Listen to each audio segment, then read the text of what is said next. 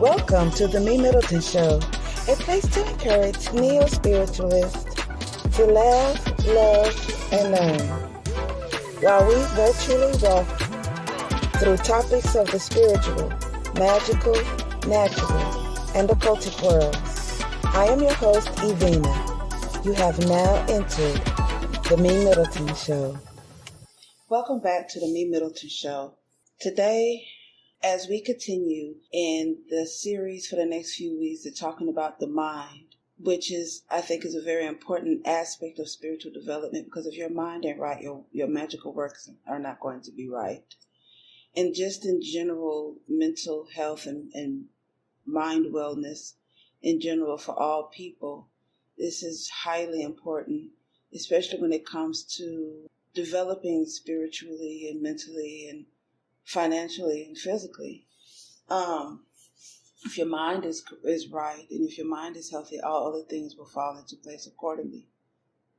But as we continue on in speaking about mental health or mind wellness, there's something that has happened recently in my personal life that I want to speak about, and that is grieving versus suffering. Have you ever went through something really deep and personal in your life that was a great loss? Your house was burnt down, or a tree fell on your house, or you were in a car accident, you're totaled completely out your most favorite car that you spent a lot of money on, or someone passed away whom you were deeply close to. Grieving is a healing process that must happen when these losses come about. A process in which to help you heal and in accepting of these losses, accept what has happened, and have the courage or the ability or the energy to move forward in your personal life without these events that has happened to hold you back from progression. Suffering is a whole nother ballgame. And I think that suffering is something people are addicted to. I say that to say because I've noticed lately a lot when there's great loss in people's lives, they not just dwell in the suffering or the sadness of that loss, but it's like they find more ways to suffer about that loss. They might keep talking about it for years on end, or they intentionally look at things to remind them of that loss, or, intentionally getting into looking at being in those environments that keep them sad. There's one example. As a former friend, we were talking one day, we were talking about our fathers. And of course, if you loved your dad, it hurts. So as we're speaking about the events and some of the memories that we shared about our dads, of course it becomes sad because we're thinking about these events and remembering that we cannot relive those events anymore because they're no longer with us in the physical world. This sister, she begins crying. Then I noticed she was crying harder and harder and harder. And then I noticed that it was becoming uncontrollable. And so I expressed to her, oh my gosh, I'm so sorry. Now I know this is painful. I know what it feels like to lose your dad. I lost my dad. So how long ago did you lose your dad? When she told me it was over 20 years ago, my expression went from concern and empathy to, bitch, I know you lying. Sitting up here crying like this shit just happened. You over here suffering for what again? Now, I'm not saying that she didn't have the right to grieve or to mourn or to cry about the loss of her father. My father has been gone now for over almost 28 years, 28 years, almost 29 years this year. So close to 30 years, but at the time it was over 25 years, or around 25 years. And crying like that's fresh, I have cried. I still cry. I'm not boo-hoo-hoo and oh, woe is me and falling all out, having a show about it. Snotty nose and wet face. I'm not doing that. The ugly cry, I'm not doing that. But I do miss my dad. But I'm okay. I'm not suffering in the loss of him. He wouldn't want me to suffer like that. But I'm looking at her like she's crying like that, like it just happened. But it's been over 20 years for her at that time. Why? So I asked her, why are you behaving like this? Why are you crying like this? This is new. What? I couldn't understand it. So as I'm breaking it down to her, like, baby, it's okay. You can cry, but good Lord, you look like you hurting yourself just to cry. Why are you doing that? Then she said to me, which I thought was this was quite interesting, but quite bizarre. And I guess socially I didn't understand this cue. But this is her answer. If I don't cry about his death and he's gone, then he will think that I won't care about him. I thought that was the most retarded shit I've ever heard in my damn life.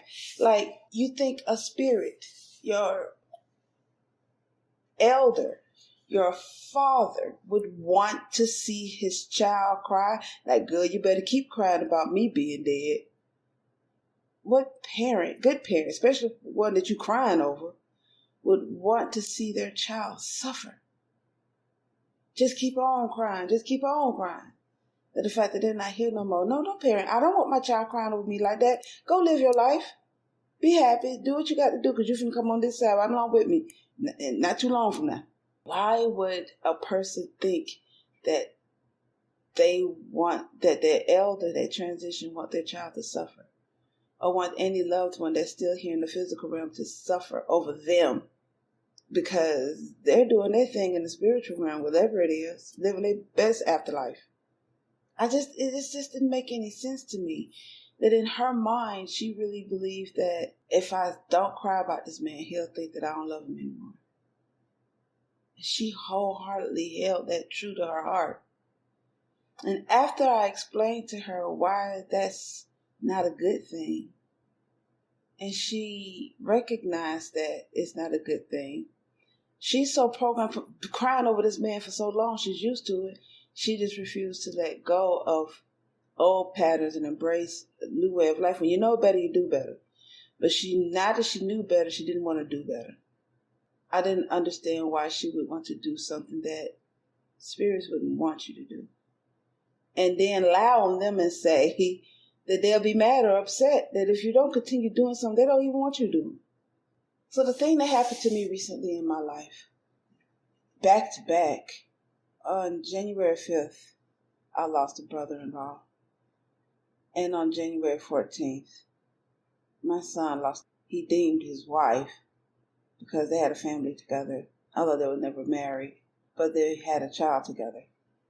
And even more devastating to the children, because they lost their mom. My son wanted items that were once hers, and he just kept trying to put himself in a position. Items that could be replaced. It's not like something that you can't replace it. An original item. But kept putting himself in a situation where I just got to keep being around this suffering energy. Thankfully, when I explained this to my son, he understood. It is very painful to lose precious things that we put a lot of time, money, and energy into getting, and then it's destroyed, like a house. Oh, a house is a huge investment. But to be able to choose to put yourself in a different situation or a different mindset of how to look at a situation, especially things that's not like life. Life is something that's a little different. A lot different, rather. Lose a life, that person could never, ever be replaced. But to lose a house, some people, or any item, some people will, almost commit suicide because they lost an expensive item like that. Instead of looking at it as, well, if you got insurance on it, okay. there's that. You feel better? And it could be very painful at first. The initial knee-jerk emotional reaction to come to that would be sadness. There was a Japanese samurai and philosopher who said that when his house caught on fire, and he said that, well, at least now I have the better view of the moon, or something to that effect. That takes a lot of positive perspective for a person to have and develop within them. And a lot of light in them to not be pulled down by any form of negativity, especially losing an item, property, things. But nonetheless, it still can create an initial emotional pain. Most folks would think, oh no, where am I going to live? Oh no, all of my things are destroyed in my house. Well, is everyone that out the house? Is everyone alive? That's what matters. The lives of people whom you love. Are they okay? Did they make it out of that car crash? Losing a job. I remember I was devastated when I lost a job once upon a time. Oh, it hurt me deeply. I couldn't understand it. When someone was actually after me, was actually trying to fire me. I couldn't understand it. Ended up being a blessing. But I was initially, oh boy, I was hurt. I'm glad I got over it. And I'm glad I got over it as fast as I did, because without these spiritual practices and spiritual knowledge that I have, I think I would probably still be crying about that job for some dumb reason. The point of this episode is to not only show the difference between being in a state of grief versus suffering, and to illustrate that our ancestors don't want us to suffer, so don't choose suffering, but grieve so that you can heal. But then these choices is what I want to illustrate. Choosing how to feel, choosing how to go through certain things. You don't have to appease the world and the world look at you like, why aren't you crying over this? You should be. How do they know how you're supposed to feel? How do they know how you're supposed to respond?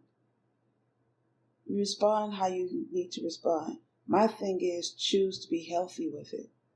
Don't choose to hurt yourself about it. If it hurts, let it hurt. Go through the healing, but heal. Don't choose to dwell in that pain and stay in it. Y'all not only miss out on beautiful things and wonderful opportunities, but you will be living in misery for an extensive amount of time as long as you stay in that misery. Anything that's in darkness, anything that's in misery, sadness, or anything low vibrational is not going to attract anything high vibrational. It's not going to attract beauty and money and love and all the positive, beautiful things to you. You're going to attract everything that's very low. You're going to attract more lowness. You're going to attract more grief. You're going to attract more sadness. You're going to attract all these other different low things. Is that what you want? Is that the choice you're going to make? What are you choosing? Are you choosing to grieve and heal? Or are you going to choose to suffer? Did you learn anything? Did this episode stir up any questions, comments, or concerns? Send them over to MeMyddleton@gmail.com or leave a message on our website at www.helpbyevina.com, and I'll be more than happy to respond.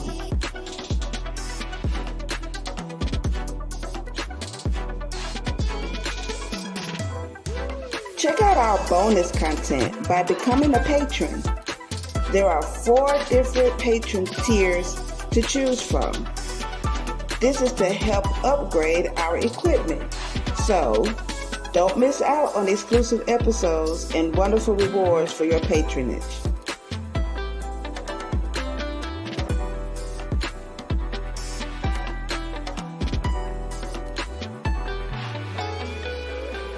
If you're on Spotify, Podbean, Google Podcast, Amazon, or any other favorite podcasting platform, make sure you like The MeMyddleton Show and leave a comment. Tell us how much you love the show, what you don't like about it, how we can improve, and how we can be challenged.